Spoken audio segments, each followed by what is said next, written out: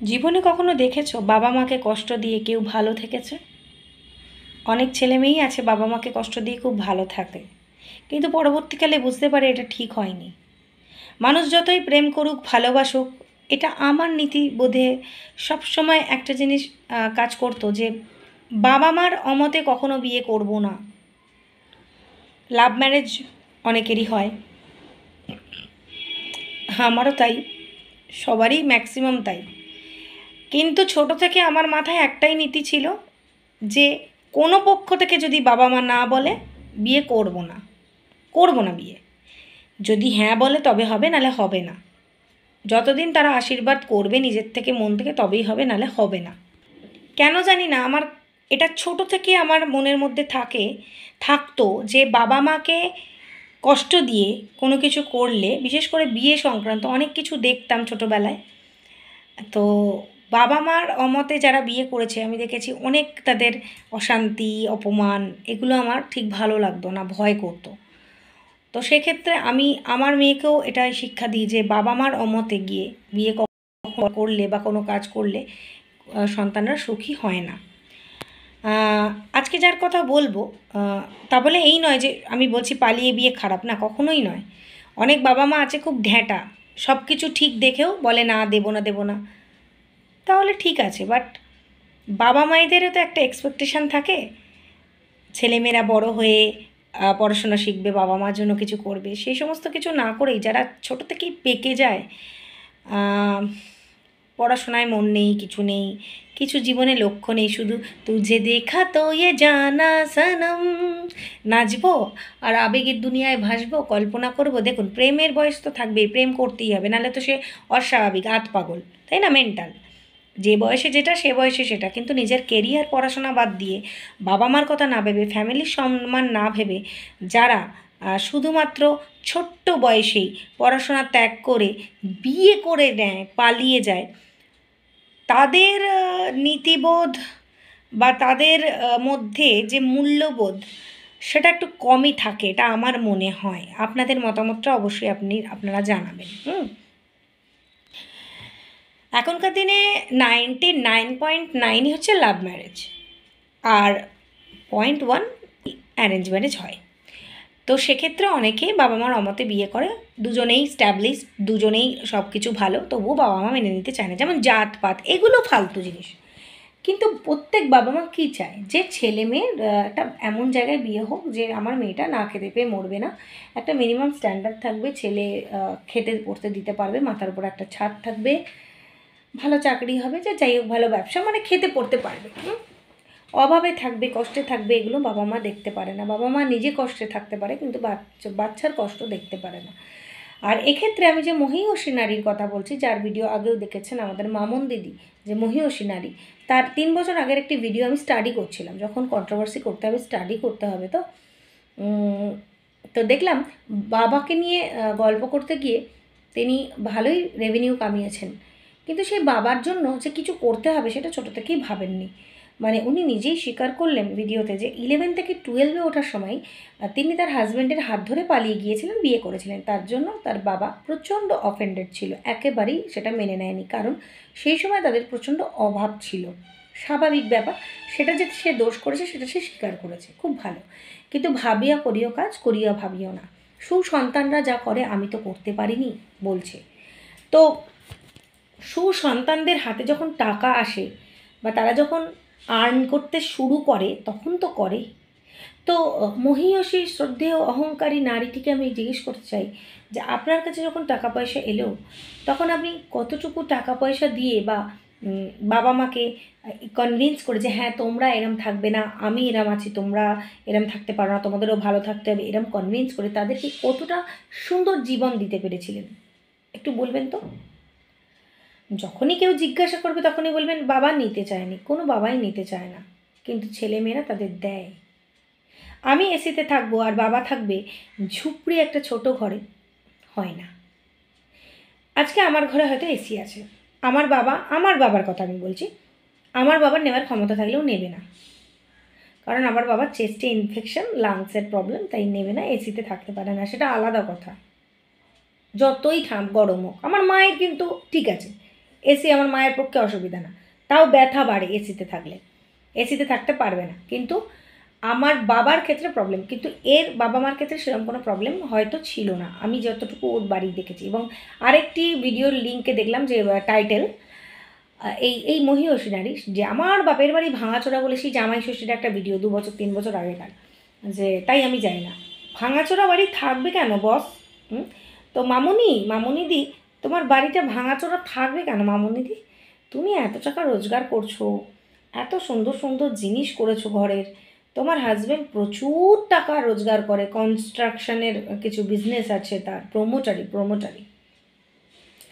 তো প্রমোটার যে জামাই, তার শ্বশুরমশাই ভাঙা বাড়িতে থাকে, কেমন একটা অস্বাভাবিক না? এতগুলো ভিডিও আপনারা স্ক্রল করে দেখে যাবেন, কোনোটাতে ওনার বাপের বাড়ির ভিডিও আছে বাবা মাকে নিয়ে, অথবা শাশুড়িকে নিয়ে একটা র্যান্ডাম ভিডিও শ্বশুরবাড়ি নেই। অথচ ডেলি ব্লগ জীবনযাপন দেখায়, দিন রাত দেখা গেছে ঘুরতে যাচ্ছে, বন্ধু বান্ধব, কিন্তু ফ্যামিলি নেই। আজকালকার দিনে মানুষ অসামাজিক, মেন্টাল, অস্বাভাবিক, নার্সিসিস্ট হয়ে যাচ্ছে কেন জানেন? এই ফ্যামিলি বন্ডিং না থাকার কারণে। আপনারা বলবেন তুমিও তো ভালোই জ্ঞান দিচ্ছ, জ্ঞান দিইনি। ফ্যামিলি বন্ডিং যাদের থাকে না, আপনারা একটু স্টাডি করে দেখবেন অবজার্ভ করে, তাদের মধ্যে আলাদা একটা মেন্টালিটির একটা আলাদা ফারাক থাকে, মানে তাদের মূল্যবোধ, সামাজিকতা, দয়া মায়া, তাদের ইমোশনস অনেক বেশি হয় ফ্যামিলি বন্ডিং যাদের থাকে, তারা খুব সুখী থাকে, তারা আলু ভাতে ভাত খেলেও সুখী থাকে। কিন্তু আর যাদের ফ্যামিলি বন্ডিং থাকে না, নিজের বাবা মাকেও দেখে না, শ্বশুর শাশুড়িকে দেখে না, কারোর সঙ্গে যোগাযোগ রাখে না, অথচ দেখে আমি ভীষণ ভালো, আর টোনাটুনির সংসার হয় কারোর সঙ্গে, তাদের খুব মুশকিল। তো এই মহীয়সী নারীটির পাশাপাশিও কারোর সঙ্গে সম্পর্ক নেই। আচ্ছা, ইনি তো বোধহয় রাজারহাট নিউ টাউন ওই রকম জায়গায় থাকে না যে ওর খবর জানে না, থাকে বোধহয় একটা মফস্বলে, তাই না? একটু জানাবেন তো, অত দেখি না তো, বোধহয় কোনো একটা মফস্বলে থাকে। তো সেখানে একজন ভিউয়ার্স গেছিলো বলে তাকে তো র্যান্ডাম অপমান করেছে। 6টার সময় গেছে, 6টাটা হচ্ছে ওনাদের কাছে হচ্ছে বেলা, এই ভোরবেলায় উঠে তার মেয়ের খুব শরীর খারাপ হয়ে গেছে, তাদের সারাদিন নষ্ট হয়ে গেছে। মানুষের বাড়ি মানুষ গেলে যে সারাদিন নষ্ট হয়ে যায়, এনাদের থেকে শুনলাম। মানে একুল সেরে তো না থাকে শাশুড়ি, না বাবা মাকে দেখেছে, না বাবা মার কথা কোনো দিন ভেবেছে। মা বোধহয় ওই জন্মাষ্টমীর একটা ব্লগ দেখেছিলাম, আসেন উনি চলে যান, জীবনে দেখিনি যে বাবা মার বাড়িতে গিয়ে কোনো ব্লগ করতে। মাম্পির মা শোভাবাজারেরই ওখানে একটা বস্তির মধ্যেই থাকে। ওরা ওর বাবাকে একটা বড় ব্যবসা করে দিয়েছে বোধহয়, নাকি কিছু একটা করে দিয়েছে ওর বাবাকে, দোকান কিনে দিয়েছে মোস্ট প্রবাবলি। সেই ব্লগটা আমরা দেখেছি। ওদের ভালো লাগে বলে ওরা কিন্তু ওই বস্তিতে থাকে, কিন্তু মাম্পি যথেষ্ট তার বাবা মাকে যে সাহায্য করে সেটা আমরা বুঝি। শুধু ব্লগিংয়ের জন্য আর কন্টেন্টের জন্য ওরা ওই ঘরটা ছাড়ে না, স্বভাবে, অভাবে নয়। আর মাম্পিদের দেখে বোঝা যায় যে ওরাও কিন্তু বাবা মাকে যথেষ্ট যে কোনো কারণে হেল্প করে, এবং বাবা মার কাছে এসে ওই ছোট্ট ঘরে ব্লগিং করতে তাদের লজ্জা হয় না, তারা ওখানে করে। ওই জন্য তাদেরকে অনেকে অনেক কথা বলে, হ্যাঁ বস্তি এই সেই, তাতে কি? তবু আমার বাবা মাই থাকুক না কুড়ে ঘরে, মাটির ঘরে থাকুক, বস্তিতে থাকুক, আমার বাবা মায়ের ঘরটা আমার কাছে স্বর্গ, সেটা মাম্পি দেখায়। কিন্তু এই মহীয়সী নারীটি কখনোই তার বাপের বাড়িতে গিয়ে কোনো ব্লগ সেরকম করেনি, আর ব্লগিংয়ে দেখায়নি যে কী খাওয়া দাওয়া করছে বা কিছু, হয়তো খাওয়া দাওয়া করার সুযোগই পায়নি, এত ভালো ব্যবহার। মা বা মানে ভাই দিদি যারা আছে তাদের সঙ্গে কারোরই সম্পর্ক ভালোই নয়, এর সম্পর্কই ভালো নয় আত্মীয় স্বজনের সঙ্গে।